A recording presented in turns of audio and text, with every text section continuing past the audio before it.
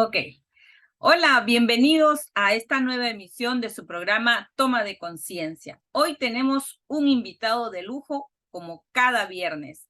Se trata del médico psiquiatra Hugo Lozada Roca, maestro de universidades importantes aquí, pero también exdirector de salud mental del Ministerio de Salud de nuestro país.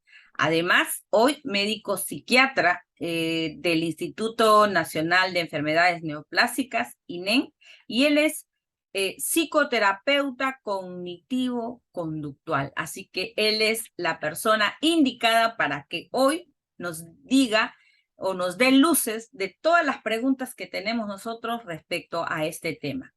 Doctor, bienvenido a este espacio Toma de Conciencia. ¿Cómo estás, Ítala? Y acá realmente un gusto volverte a ver y poder conversar sobre este apasionante tema que de alguna manera tiene una implicancia muy importante porque tiene que ver con la salud mental. Y esto nos ayuda a nosotros a sentirnos bien con nosotros mismos y con los demás y justamente poder tener lo que valga la redundancia, tener salud mental, que es una sensación de bienestar. Y el tema de la autoestima que estábamos conversando, pues tiene mucha relevancia, mucha implicancia en estos temas. Ok, doctor. Bien, entonces la primera pregunta, y que creo que todos quieren saber, ¿qué significa desde su área de expertise toma de conciencia? ¿Qué es estas dos palabras y cuán importante es para nuestra vida? Te lo voy a responder desde el punto de vista y está.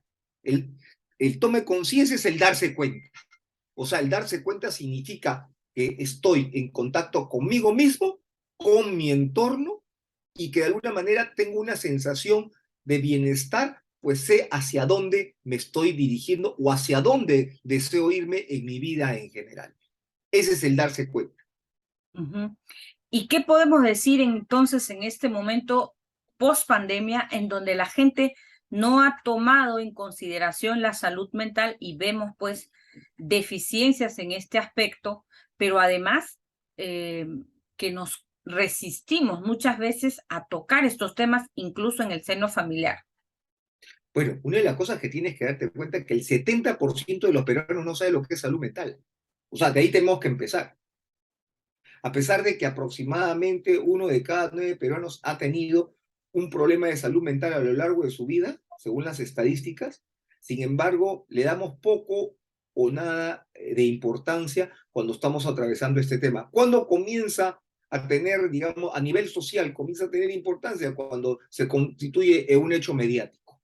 Ahí solamente, como Ujú. hemos visto en los últimos meses con los acontecimientos en los cuales hemos estado. El caso, por ejemplo, de esta chica que decía que estaba gestando y que fue todo un tema y tuvo un gran impacto médico. Sin embargo, este tipo de problemas realmente son bastante usuales. Me refiero a los problemas en general de salud mental.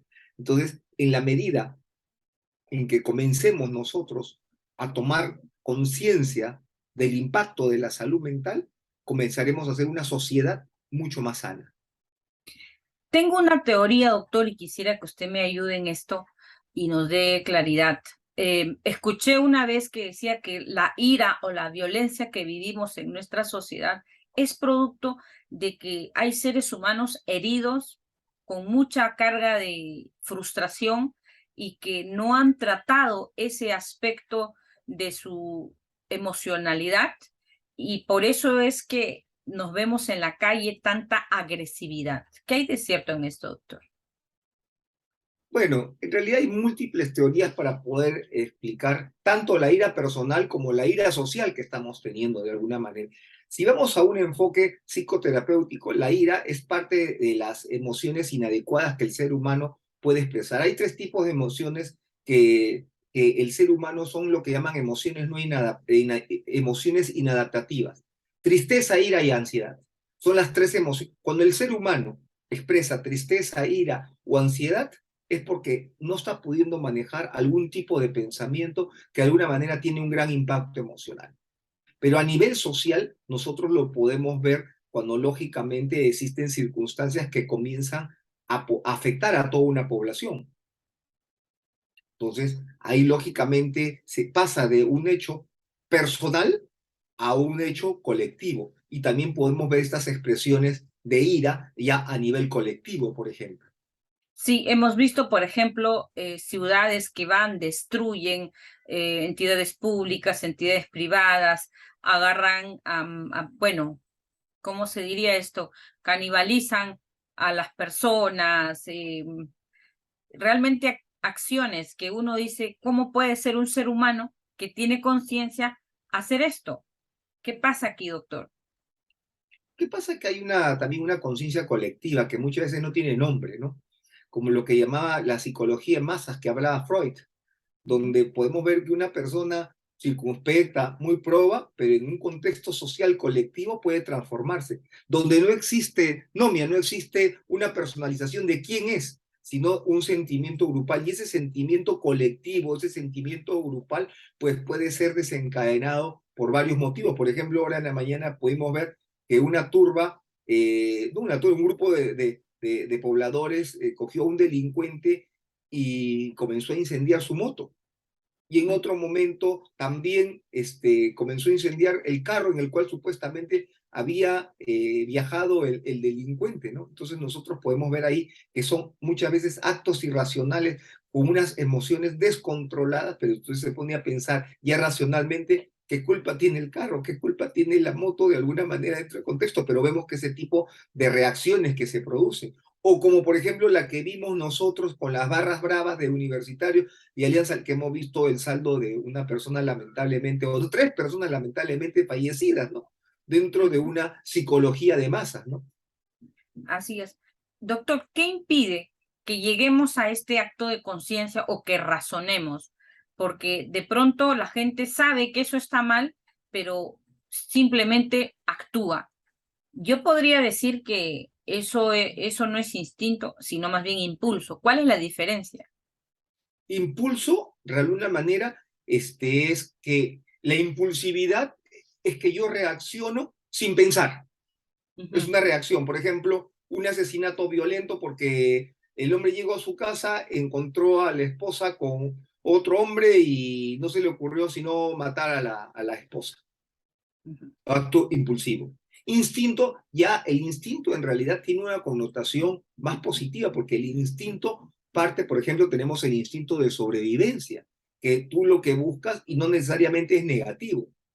Entonces, ahí va, y es básicamente ya tiene una connotación más genética, más hereditaria, de alguna manera, donde ya forma parte del ser humano, mientras que la impulsividad puede ser como parte de tu personalidad, pero no es aprendida la, en este caso, lo que estamos hablando con respecto a la impulsividad, puede ser más que todo un hecho aprendido, por ejemplo, o Ok. sea, por mi personalidad, ¿no?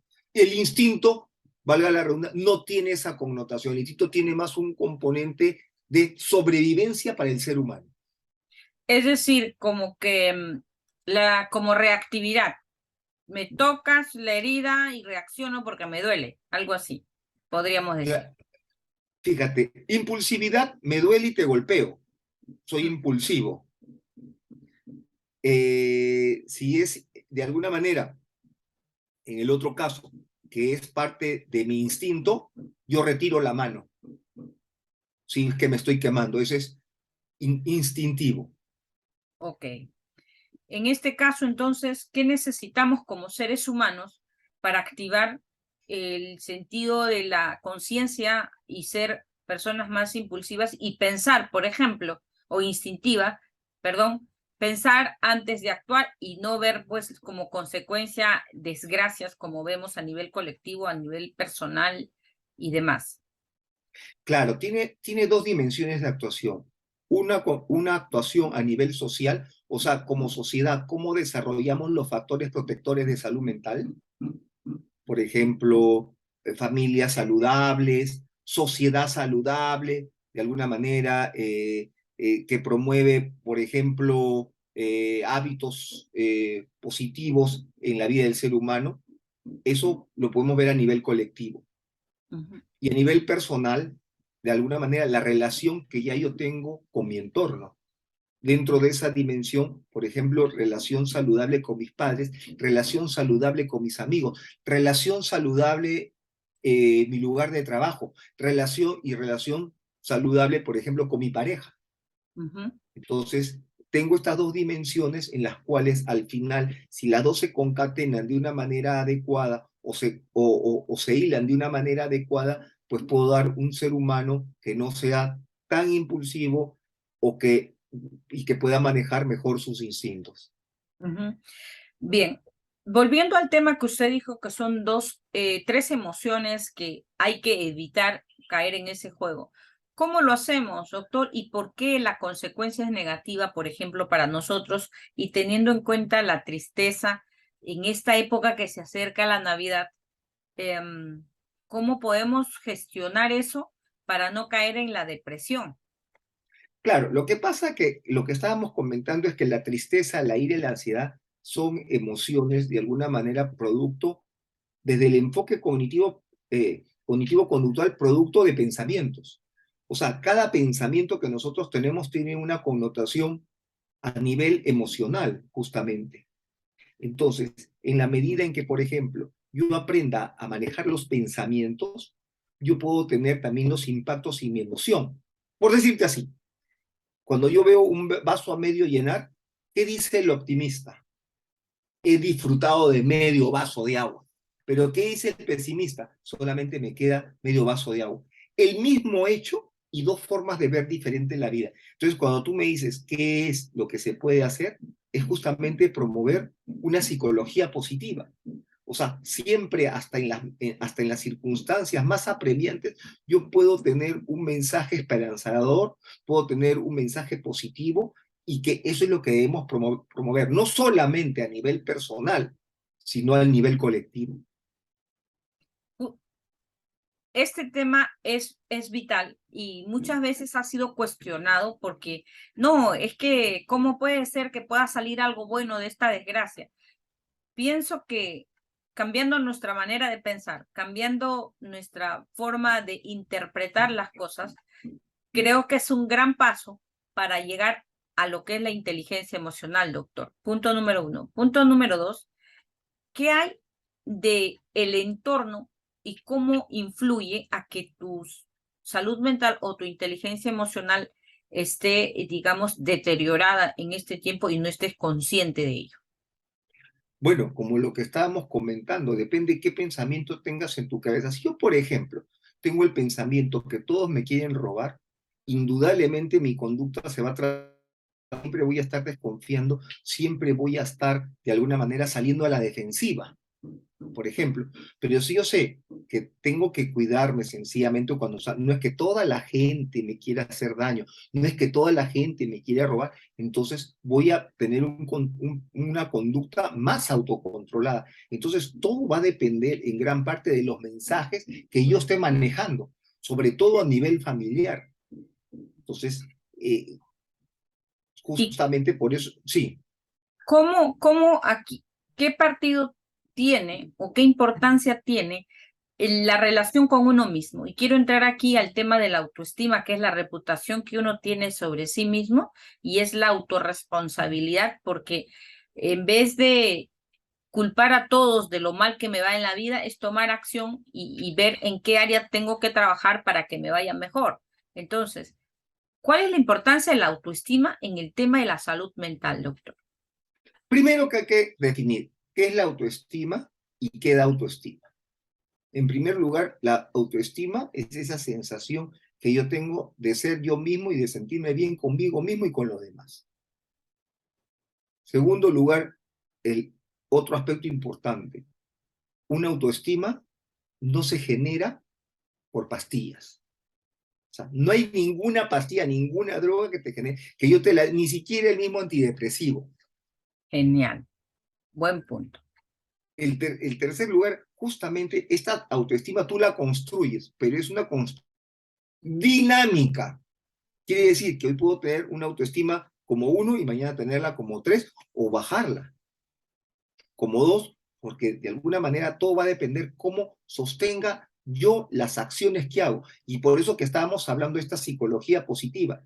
Si yo a las situaciones adversas les encuentro el lado positivo, siempre eso va a ayudar a que mi autoestima se mantenga. Pero si yo, ante determinadas circunstancias, caigo y siento que ya no va a haber solución, que al final son pensamientos, entonces lógicamente mi autoestima se va a mantener por debajo. Por eso es muy importante cómo la persona maneje sus paradigmas, sus modelos mentales. Los paradigmas o modelos mentales son de dos tipos, adaptativos e inadaptativos. Adaptativo, me siento bien conmigo mismo. Inadaptativo, la reacción al final es tristeza, ira o ansiedad. ¿Pero producto de qué? De un pensamiento inadaptativo, de una creencia o una distorsión. Por ejemplo, si yo pienso de que todos los hombres, hay muchas mujeres violentadas que pueden decir todos los hombres son así, entonces indudablemente nunca voy a permitir o nunca voy a poder tener una relación sana porque estoy pensando, generalizando de que todos los hombres van a ser negativos en mi vida. Pero si yo aprendo a singularizar y digo, mira, esta relación no fue positiva, pero eso no tiene por qué afectarme en las siguientes relaciones. ¿Por qué pensar de que la próxima relación que tenga puede ser positivo? Entonces estoy desarrollando una autoestima sana, estoy desarrollando una salud mental controlada, ecuánime, y eso es lo importante que desarrolla el ser humano. Usted ha dicho algo importante, nadie nace con autoestima, la autoestima se construye, pero el punto de partida, doctor, es el darse cuenta cómo está nuestra autoestima y cómo podemos Claro, darnos cuenta de ello. comenzando yo mismo a analizarme en cómo me siento, con lo llamado, que tú lo sabes bien, Ítala, las preguntas poderosas. Así es. Entonces ahí viene la primera pregunta poderosa para mí. ¿Cómo sé que estoy caminando en mi vida de una manera adecuada? ¿Cómo me siento en el aquí y en el ahora? ¿Cómo me siento? Me siento bien, por ejemplo, yo te puedo decir que en este momento yo me siento muy bien conversando contigo, por ejemplo. Me doy cuenta de mi contexto y lógicamente esto hace que en este momento, por ejemplo, mi autoestima esté bien. Pero si yo comienzo a decir de repente, Ítala, ya no te vuelvo a ver, comienzo a tener ese mensaje catastrófico conmigo mismo, indudablemente que eso afecta a mi autoestima. Entonces, por eso que hay una axioma que dice, te sientes como piensas. Por eso es que la importancia que es tener un pensamiento adaptativo, un pensamiento controlado y un pensamiento positivo.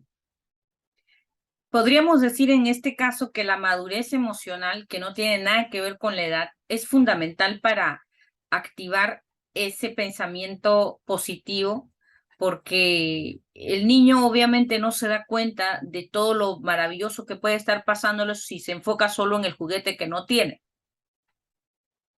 Claro, por ejemplo, fíjate, ahora tuve una señora en la terapia en que la señora me dice, me acabo de dar cuenta que yo he sido la responsable de las equivocaciones en mi relación de pareja. ¿Y cómo le dije, cómo te sientes? Me siento bien, porque me doy cuenta que si yo soy la responsable, quiere decir que el cambio viene de mí o tiene que venir de mí. Ya, a eso es lo que te está... O sea, el darme cuenta significa de aquí en adelante yo voy a tomar control de mis acciones porque me doy cuenta que yo soy la única persona que puede controlar su vida. Nadie más. Ya, y de ahí empieza. Ese punto es importante, doctor, porque tomando el caso de las mujeres que generalizamos las relaciones, por ejemplo, ¿no? Decimos, en realidad todos son iguales. Y a mí me ha ayudado mucho darme cuenta, tomar conciencia y decir, no, mis elecciones no fueran quizás las adecuadas. Así Y es. ahí empiezo a filtrar mejor, empiezo a darme cuenta qué es lo mejor para mí. Y quizás en un momento lo mejor es estar sola hasta que yo trabaje mi autoestima y poder elegir mejor. Así es. Entonces, Has tocado el segundo punto importante, la reestructuración cognitiva. ¿Cómo comienzo a tener yo un pensamiento mucho más adaptativo y que me estimule y me provoque una sensación de bienestar y de cambio? Acuérdate el axioma, acciones iguales, resultados iguales. No esperes resultados diferentes de acciones iguales. esto es importante porque la gente a veces hace lo mismo y quiere tener resultados diferentes. la gente dice, no, es que yo no he crecido, no progreso, sigo siendo pobre, siempre paro deprimida, que la ansiedad, porque quizás sigue por el mismo camino, a nivel emocional, a nivel profesional, a nivel personal, y por eso no ve resultados. Esa ha Claro, sido. claro, claro. Mira, por ejemplo, yo te he contado la experiencia personal que yo soy ahorita un paciente oncológico y yo tendría dos dimensiones. O me caigo y digo, ¿por qué a mí? ¿Por qué me pasa a mí esto a mí? Esto es un castigo divino. Que al final me llevaría a que yo caiga y mi autoestima caiga y mi sensación de bienestar caiga. O la otra y diga, bueno, este es un reto que voy a darlo para mi vida y en primer lugar porque estoy vivo. El pasado es el pasado. El futuro es incierto para todos. Lo único válido es lo que yo construye en mis 24 horas. Y por lo tanto, en mi caso, que yo soy creyente, por ejemplo, aparte de eso, la oración, que es parte de esa espiritualidad que estamos conversando, me ayuda. Pero Así. cómo yo module mis palabras conmigo mismo es lo que va a diseñar mi plan de vida. Fundamental, fundamental este tema, porque ahora que se acerca la Navidad, que le decía, la gente empieza a estar melancólica, triste, se deprime, y las redes sociales están contribuyendo porque empiezan a poner fotos, la Navidad en familia, la Navidad acá, y te venden una idea equivocada de lo que en realidad es la Navidad. La Navidad es alegría, es nacimiento, es el cumpleaños de Jesús. Y si tú te enfocas en lo que te falta, o quienes ya no están, o qué es lo que has perdido este año, ¿qué cumpleaños vas a celebrar? Así es, pues. Claro, por eso todo depende de lo que tú quieras poner en tu cabeza. Y depende de ti. Si yo quiero ver la Navidad como un momento, ay, todas las Navidades, antes vivía yo más feliz con la Navidad, ya no tengo a fulano, a sutano y a mengano, me voy a deprimir. Pero ojo, yo estoy condicionando mi pensamiento. Pero si yo digo, la Navidad en primer lugar es un momento para agradecerle a Dios que estoy vivo, que me ha dado, para los católicos me refiero, o sea, tú vas modulando lo que tú quieras escuchar. ¿Por qué? Porque tienes que analizar otra cosa. El cerebro no piensa, el cerebro va a funcionar en base a lo que tú le incorpores como pensamiento. O sea, si tú a tu Muy cerebro le importante. dices, o sea, si tú a tu cerebro le dices, siéntete mal, se va a sentir mal y no solamente se va a sentir, sino lo va a expresar. Pero si Así. tú le dices a tu cerebro, sabes que la Navidad es un momento en donde vamos a reflexionar, pero vamos a reflexionar positivamente, de darnos gracias a Dios que tenemos un año más de estar con nuestra familia, con nuestros amigos, entonces el cerebro te va a dar esa sensación de felicidad que se va a traducir también a nivel neurobiológico con la producción de ciertas sustancias que son los neurotransmisores, que es todo otro tema de la neurobiología de la felicidad, entonces se va a producir esta famosa serotonina, esta famosa dopamina, ¿no? Que de alguna manera, que tienen que ver de alguna manera con estas sensaciones que experimentamos, ¿no? Otra cosa que es importante, doctor, que me gustaría que usted lo certifique, de hacer algo, hacer el bien por alguien. Por ejemplo, este programa tiene este objetivo, ¿no? De llevar un mensaje para cambiar la manera de pensar de las personas y tengan una mejor vida. Hacer algo positivo, algo bueno por alguien, ¿en cuánto incrementa tu nivel de felicidad o de bienestar? Bueno, solamente el hecho de la sensación de dar, de tener eso en la cabeza, ya te incrementa el ser humano por naturaleza es bueno, o sea, nosotros queremos, porque hasta en el más delincuente siempre ha tenido o tiene ciertas conductas que son adecuadas y que de alguna manera son positivas. Entonces, cuando tú realmente das esa sensación de dar, estás sintiendo que en primer lugar le estás entregando algo que es valioso para ti a otra persona. Tan solamente como acción y como pensamiento a nivel, como te vamos comentando, neurobiológico, ya estás comenzando a producir estas sustancias de la serotonina, la dopamina, la oxitocina. Pero, y a nivel psicológico, es que también comienzo de alguna manera a reestructurar mis pensamientos en donde yo comienzo a decirme, qué bien me he sentido dando, voy a hacerlo más frecuente. Así. Entonces, voy comenzando a desarrollar una serie de acciones que conllevan esta sensación de bienestar. Y quizás el lado de la Navidad positiva, que nos llena de alegría en el corazón, es este hecho que a veces aquí la gente se organiza para regalar, para llevar chocolate, para llevar juguetes. Quizás esta actividad es lo que genera ese bienestar, pero pregunto, ¿por qué no vivimos así todo el año, con esa energía, con ese deseo de dar? Punto número uno. Punto número dos, hay otras religiones, otras culturas que no celebran la Navidad, por lo tanto, no tienen opción a deprimirse. Lo que pasa es que todo va a depender de las connotaciones culturales que tenga cada sociedad. Indudablemente, nosotros festejamos en este caso la Navidad, pero hay otras culturas que festejan otro tipo de festividades que también les da la sensación de bienestar. O sea, también eso, ¿no? Entonces, lógicamente, que si tú me haces la pregunta, ¿es bueno tener este tipo de actividades? Sí, es bueno tener este tipo de actividades. ¿Me ayuda a vivir más? Sí, te ayuda a vivir más y te ayuda a vivir mejor, porque también a nivel neurobiológico, también cuando tú das este dar que estamos hablando, estimulas tu aparato inmunológico de manera positiva. O sea, hay que darnos cuenta que estas acciones que estás tú comentando tienen un montón, varios niveles en el cual confluye y lógicamente el final es una sensación de alguna manera de bienestar, pero también por otro lado de poder tener una mejor sobrevivencia, mejor calidad de vida. Sí, y aquí quiero entrar a cuestionar que a veces las redes sociales más, digamos, consumidas se enfocan en qué te falta, ¿no? O sea, vende tal cosa, venden, todo es negocio con consumismo, ¿no?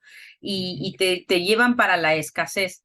Y cuando uno se siente que le falta todo, cuando uno se siente que no tiene nada, que la moda y que las vacaciones y que la casa, etcétera, etcétera, ¿cómo se siente? Es natural que obviamente venga la ansiedad y estas emociones destructivas, doctor. Es que en realidad todo va a depender de los pensamientos que tú pongas en tu cabeza. Por ejemplo, estamos hablando de la Navidad de alguna manera, pero va a depender de la connotación que tú le des a la Navidad. Si tú le das la connotación espiritual, todos estos aspectos materiales pasan a un segundo lugar. O como yo cuando tengo mis pacientes adictos, doctor, el adicto al alcohol, doctor, ¿eso quiere decir que ya no más, que nunca más voy a volver a tomar? O sea, lo puedes ver como pérdida y lógicamente te deprimes. Pero si tú lo ves, te has puesto a pensar, uno, que tú no necesitas el alcohol para vivir, y por otro lado, te das cuenta que esto te va a dar mejor calidad de vida porque vas a recomponer no solamente tu imagen, sino también tus relaciones con los demás y tu organismo va a ser mucho más sano. ¿Ves? Mira, cómo el mismo hecho puede tener dos connotaciones diferentes. Por eso todo depende de los pensamientos que tú quieras instalar a nivel personal y a nivel social.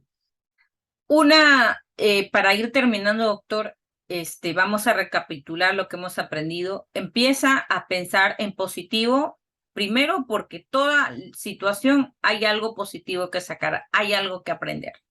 En segundo lugar, tienes que trabajar en tu autoestima y ver cuáles son tus resultados para tomar conciencia.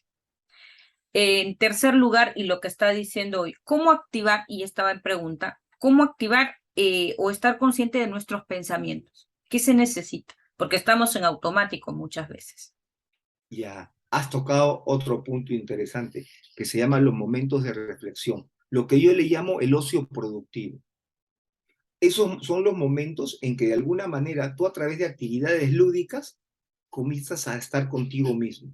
Lúdicas me refiero a actividades, ojo, no ludópata de irte al casino, no. Me refiero a actividades como por ejemplo practicar un deporte o un hobby en el cual yo me relajo.